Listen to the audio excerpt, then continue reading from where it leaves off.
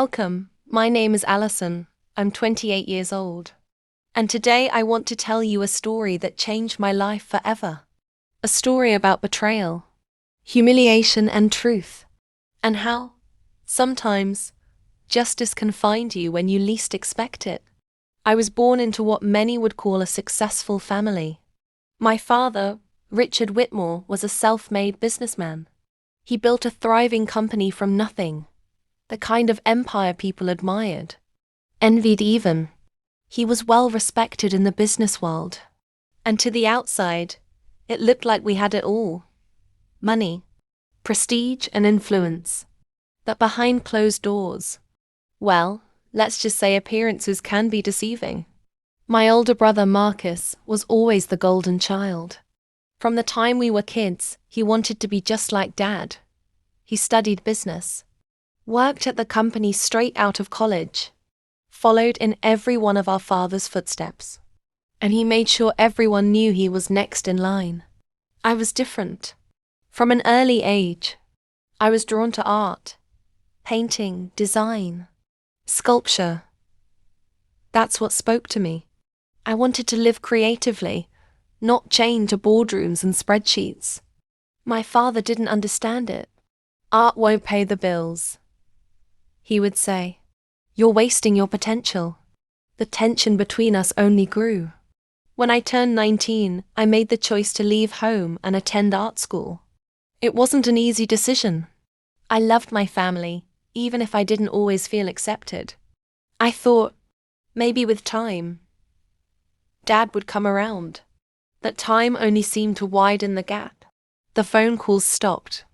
My letters and emails went unanswered. Holidays passed in silence. Every year, it felt like I was drifting further and further away. And the worst part, I blamed myself. I thought my father hated me for choosing a different path. But he was disappointed, ashamed. For years, that guilt ate away at me. Meanwhile, Marcus was thriving, running parts of the company. Flashy cars, expensive suits, a house in the hills. He loved the spotlight, and he loved reminding everyone, especially me, how successful he was. Then, last year, everything changed. My father's health started failing. Cancer. Aggressive. By the time I found out, it was too late to say goodbye. He passed away before I could even speak to him again. When I got the call about the funeral, I hesitated. Part of me wondered if I should even go. After all, I had been shut out for so long.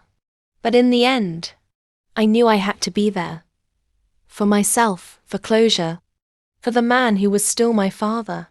The day of the funeral was cold and grey, matching the weight in my chest. I walked into the service alone. The church was filled with people, old business partners, family members I hadn't seen in years, and of course, Marcus. The moment he saw me, he smirked. He leaned over to a cousin, and loud enough for the entire row to hear, said, "Well, look who finally showed up. Guess even the starving artist knows where the money is." Laughter. Not from everyone, but enough that it stung. I could feel eyes on me, judging. In their minds, I was the black sheep who had come crawling back for a piece of the inheritance. I said nothing. What could I say? The truth wouldn't matter to them, not in that moment. I sat quietly through the service, trying to focus on my memories of Dad, not the whispers around me. But the real turning point came after the funeral, at the reading of the will. The family gathered at my father's lawyer's office, a sleek space with marble floors and tall windows. Marcus, as expected, acted like he owned the place. He greeted the lawyer with a smug grin, and took the biggest chair at the conference table. He didn't say it out loud, but his body language screamed it. "This is mine." I sat off to the side, trying not to show how nervous I was. I had no idea what to expect. I assumed most of the estate would go to Marcus. After all, he had been running the company. He had Dad's ear all those years. Why would anything be left to me? Then the lawyer cleared his throat and said, "Before we begin reading the will, your father left a personal message to be played for all present." He pressed a button, and the lights dimmed. The projector screen lowered, and there he was, my father. Older, thinner, clearly recorded in his final months. But his voice was clear, his eyes sharp, determined. "If you're seeing this," he began, "then I am no longer with you. There are things I must say, truths that can no longer be left unsaid." He spoke of regret, that he had pushed me away unfairly, that for years he had believed I had abandoned him, that I didn't care. But then came the revelation that left the entire room in shock. He had discovered that Marcus had been manipulating him for years. Private investigators had uncovered it all. Emails Marcus intercepted, letters I wrote that were never delivered, stories twisted to make me seem selfish and ungrateful. Marcus had done everything in his power to keep me out of the family's life and the company. And worse still, the investigators had found proof that Marcus had been embezzling from the business, funneling money through shell accounts, using the company's name for personal gain, putting everything my father built at risk. The air in the room turned ice cold. Relatives exchanged glances, some gasping, others staring at Marcus with wide eyes. And Marcus, he sat frozen, the smug grin gone, replaced with a mask of disbelief and fear.